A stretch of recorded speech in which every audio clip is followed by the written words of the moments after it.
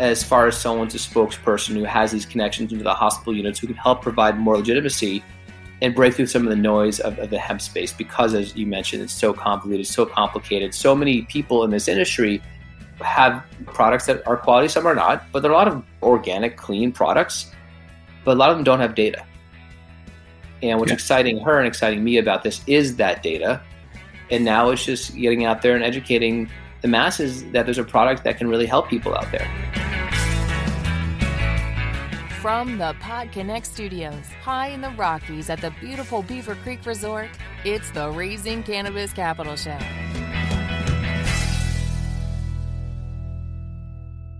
Today on MJ Bulls, we are joined by Mieko Scherr, the founder of Arbor Hemp. Michael, welcome back to the show. Thanks for having me again. It's good to be on and wearing a different hat this time, but I always appreciate you having me on the podcast. Yeah, well, like you just said, you were here a couple months ago, and we primarily focused on your other company, Higher Celebrations, and particularly the Birth Jays. And we didn't really have enough time to really talk about Arbor Hemp, so I'm glad you could come back and give us an update. There's a lot of hemp extract products on the market today, but Arbor Hemp's products have been clinically proven that they actually work. Can you talk about the research behind your products? Yeah, so it's interesting. No, clinically proven is, we're told by our attorneys to say clinically studied, because hemp itself and the whole industry is under a microscope. So I've spent a fortune with legal and compliance to make sure that everything I say is vague enough that we're not going to get penalized, but also still can showcase the value of the clinical research that we've been leveraging. And so prior to the pandemic, I launched Arbor Hemp as just a generic, really organic, beautiful, quality hemp product, and made some products. Then 2020 hit as I was launching, and I just backburned it. Luckily, didn't have a lot of inventory. But during the pandemic, I was working with a group that had raised some money and had got this oil from the Himalayas.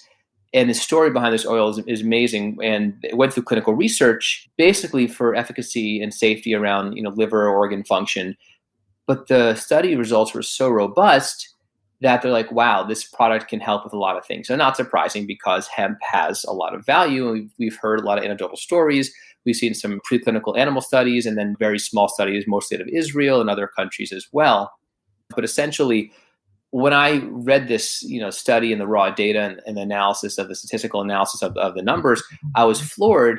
The fact that we actually had a double-blind, placebo-controlled study with 125 participants with real data around sleep, weight loss, inflammation, pain mitigation, and anxiety or stress. Mm-hmm. Yeah, I saw it's the non-placebo group had significantly less inflammation, and their sleeping was improved, and there's a few other things that I was like, wow, it's hard to deny this. Yeah, I mean, what it means to me is that we want to raise more money to do a proper, it's called a phase 3 study. So obviously, I worked in clinical research before I got back into the cannabis space. And you have your preclinical studies, which are mostly animal. Then you have your phase 1, which is to test on healthy humans. And phase 2 is to test on a larger group. Phase 3 is a much larger. So you start getting more and more data for a longer amount of time. And when you see after 4 and 5 weeks, people's deep sleep increasing by 200 to 300%, when you see 61% reduction in hunger and 50% reduction in anxiety, general lower reliance on OTC, over-the-counter pain meds like Tylenol and Advil, there's something there. And on the weight loss side too, the fact that the average person lost 9 to 11 pounds and they were not asked to change their diet or their workout regimen. Now, obviously, this cannabinoid mix has CBG, CBD, CBDV, and THCV. And THCV is being touted as this kind of weight loss miracle cannabinoid that curbs appetite, kind of the reverse munchies, so to speak.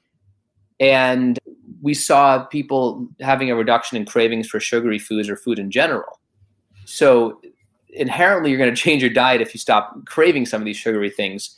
It's fascinating. And I read this data and I was like, I want to rebrand, relaunch. And if you look at our site, arborhemp.com, you can see that I take branding very seriously, but also I take the data, the science, the partnerships, and the research, and positioning of that product very seriously as well. Yeah, I like I said, I read the research and I was like, wow, everyone needs to know about this. I also saw a press release that you are kicking off a line of co-branded products. Can you give us some more information about that? Of course, happy to. And it's very timely. We had the press release go out about 2 weeks ago.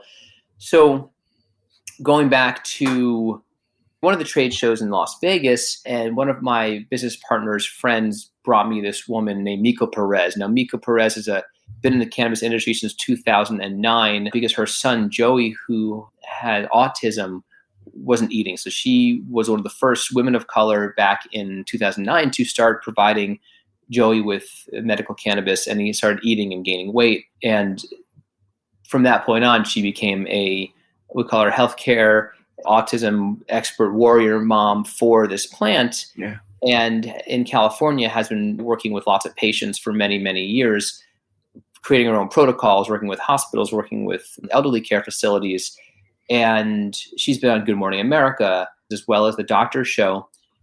And she's really carved her name in this industry as someone who's very legitimate. And when I gave her the product last fall, I didn't really know her background as much, but she came through a good friend, one of my partners, and I was like, oh, wow, this woman seems to know a lot about the industry.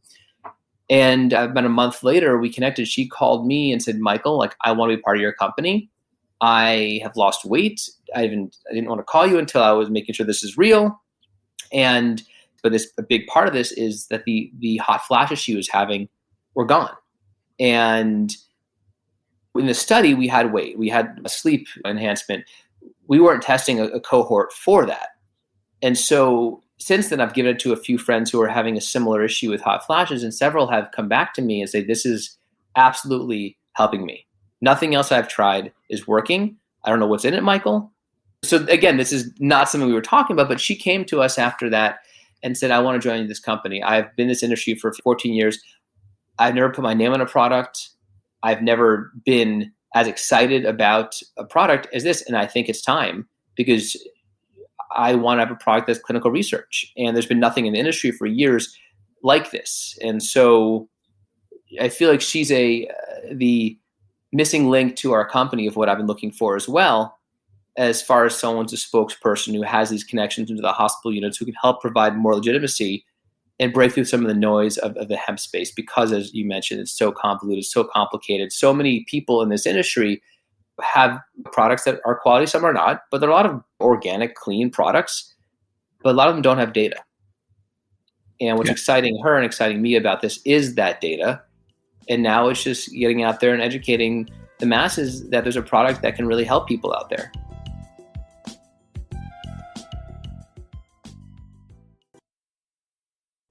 I think it says a lot that she was willing to associate her name with your products. I think that says a lot about her confidence in what you're doing, and the, like you said, the research behind it. It speaks for itself, which is, in her case, probably essential for her before she would be willing to put her name on it, because she has a lot of people that trust her, and she does not want to violate anyone's trust. I think that says a lot about the product. What products are available in that line?